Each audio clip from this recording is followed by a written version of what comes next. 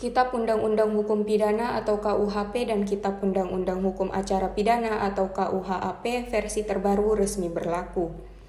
Pemberlakuan dua instrumen hukum pidana ini menandai perubahan besar dalam sistem penegakan hukum nasional yang sebelumnya masih mengadopsi hukum warisan kolonial Belanda. Namun penerapan KUHP dan KUHAP versi terbaru tidak lepas dari sorotan masyarakat sipil. Sejumlah pasal dalam KUHP dan KUHAP baru yang dinilai berpotensi mengancam kebebasan berpendapat serta membuka ruang penyalahgunaan kewenangan aparat penegak hukum.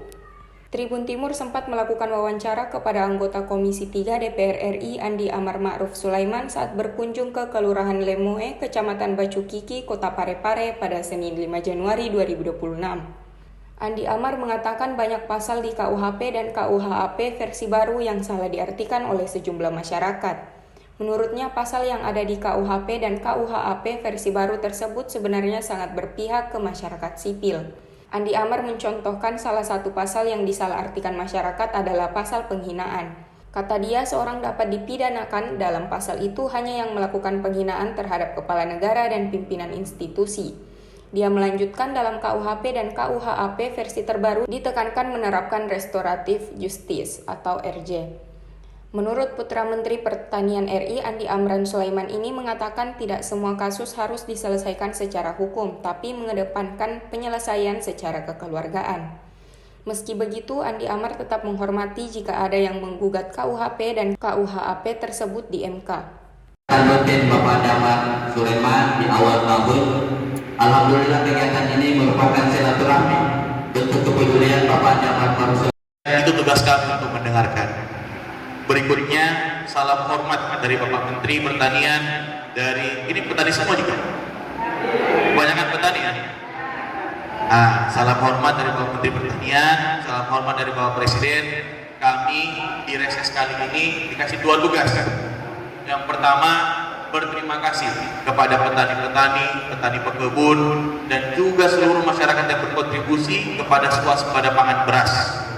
Terima kasih, karena mungkin kalau cuma ada presidennya saja tidak ada. Kalau ada perkara misalnya A berkelahi sama B, kita dahulukan restoratif justice. Kalau saling mau memaafkan, tidak usah sampai dipidana di polisi.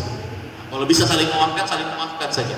Ini kan yang lain juga yang butuh combine tadi ada dua, yang butuh traktor ibu, sama yang masalah peralatan dulu sebelum bibit. Kalau bibit juga masak pisang juga, mending kayak cabai begitu bayam, tomat, itu lebih masuk akal.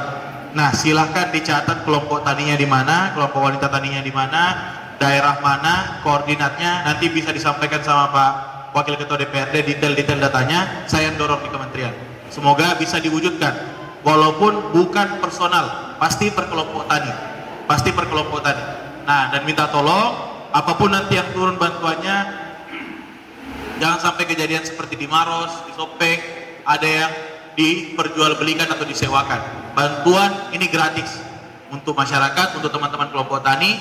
Kalau biaya solar ya masing-masing lah. Masa gitu juga ya, kalau biaya solar masing-masing lah. Tapi kalau traktornya, nanti kombainnya, insya Allah kami usahakan ada di Kota Parepare, karena mungkin wilayah sawahnya nggak terlalu besar. Mungkin kami usahakan dua dulu, tapi nanti bisa saling meminjam di antara kelompok tani. Begitu Bapak ya. Jadi kalau nanti ada yang turun, saling meminjam, jangan disewakan. Pinjam peminjam saja. Oke?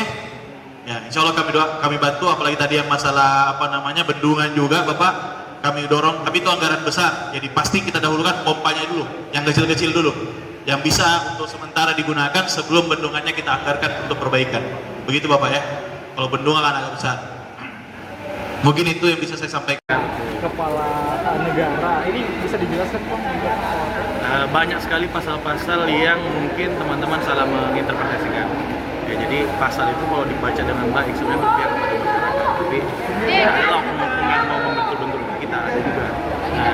Sama kayak masalah penghinaan, saling menghina. Padahal kan itu kan yang dihina dalam konteks di sini yang dapat dipidanakan adalah yang menghina kepala negara, pimpinan institusi dan lain-lain.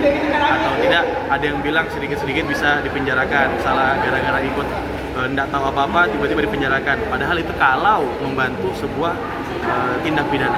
Kalau atau ada sedikit sekali kesinggungan sama tindak pidana, baru ada kemungkinan untuk dipidana. Tapi kalau tidak ada, ngapain mau dipidana? Nah itu. Jadi tadi ada garis besarnya bahwa mengedepankan restoratif justice. Betul. Itu gimana?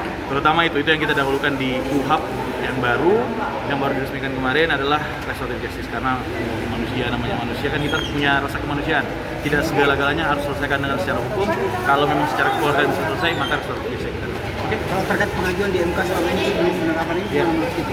Oh, ini udah banyak sekali yang mengantri di MK ini, dan itu sekarang tadi baru selesai konferensi pers Menteri Hukum dan Keuangan tentang apa kejelasan pasal-pasal yang dipertanyakan.